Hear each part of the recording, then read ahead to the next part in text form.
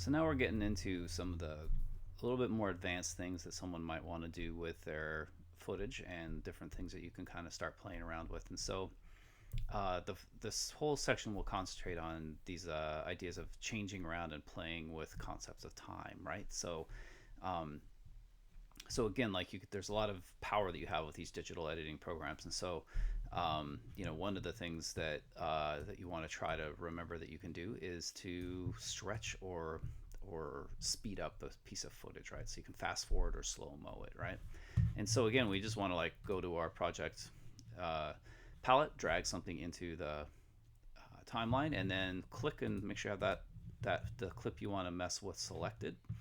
And then if you go over here into effects, you'll see that there's a bunch of them under video effects that involve time, but probably the simplest thing that people usually want to do is just make a clip slower or faster, the whole clip. So what you can do here is just go to, again, just go control, and it'll bring up this drop down menu, lots of different things that you can do in here. But you want to go down to the one that says speed and duration, right? So speed and duration is basically how fast or slow that clip is playing, and you can adjust it. So if I went with like 50% now, right? You see you have options for reversing it or ripple editing or any of that kind of stuff. You can add those in. Then click OK. You can see that now that clip is going to play at half speed, so it's only going to go 50%. So it's kind of slow mode that whole thing down, right? It's like really change the character as it slows it. Of course, if I wanted to speed that up, I could do the same thing. Go down here to speed and duration and click on, I could make this 200%, which is going to, you can see it made the clip much shorter, right? So that's where that ripple edit might be helpful. If you had a lot of footage clicked in alongside this, you might want to make sure you have that box checked. But now this is going to look like Keystone Cops, right? Where they're real silly. Like again, slow motion usually makes things more epic, and fast motion tends to make them more comic, right? If I don't like any of those things, if I'm like if I decided, oh, that was all a bad idea, I can always just go back in here to speed and duration and just return it to 100%, and that's just going to play it at the speed that it was originally imported in at. So it's a really simple way to adjust time.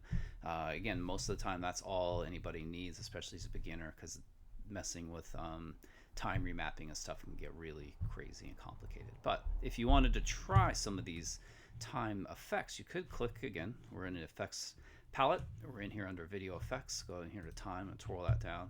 There's a whole bunch of things that you can do in here, right? So if I click and drag this onto that, you'll see that it brings up in my effects controls a whole bunch of options here for echoing, right? And so I can create like a whole bunch of echoes that will change this as it goes. So you can kind of see it's giving it that shuddery blur kind of feeling, right? You can change all these parameters, will adjust and change like what happens. So now if I scroll this back, I push play, it's gonna really make it kind of crazy, right? So so again, this is just one of the options. There's also posterized time that you can play around with on there as well. So those are just a few places that you can mess with time. And remember, like if for this one, if I don't like it, I can always uncheck it. And the more of these effects that you add on top of each other, the more RAM it's going to take for your computer to process what happens. So if you apply a lot of time effects to your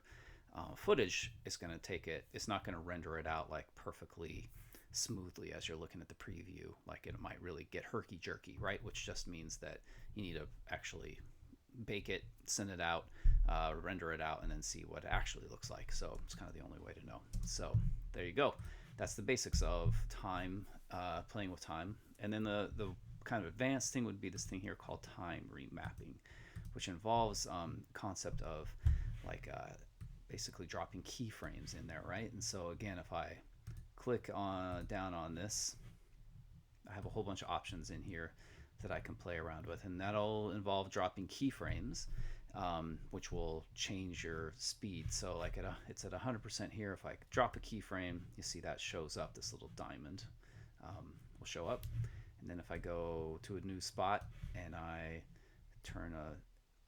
drop another keyframe, and then I change this parameter to,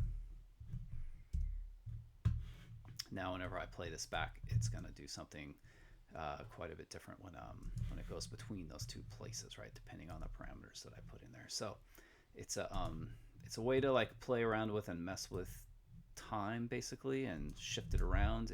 I'd like the time remapping one just gets too complicated, I think, usually for people just as they're starting out. So I usually tell everybody like maybe don't do that. Just delete those keyframes and leave everything alone for now, and just stick with kind of control clicking on that. So anyway, have a good time playing with time and see what you can come up with.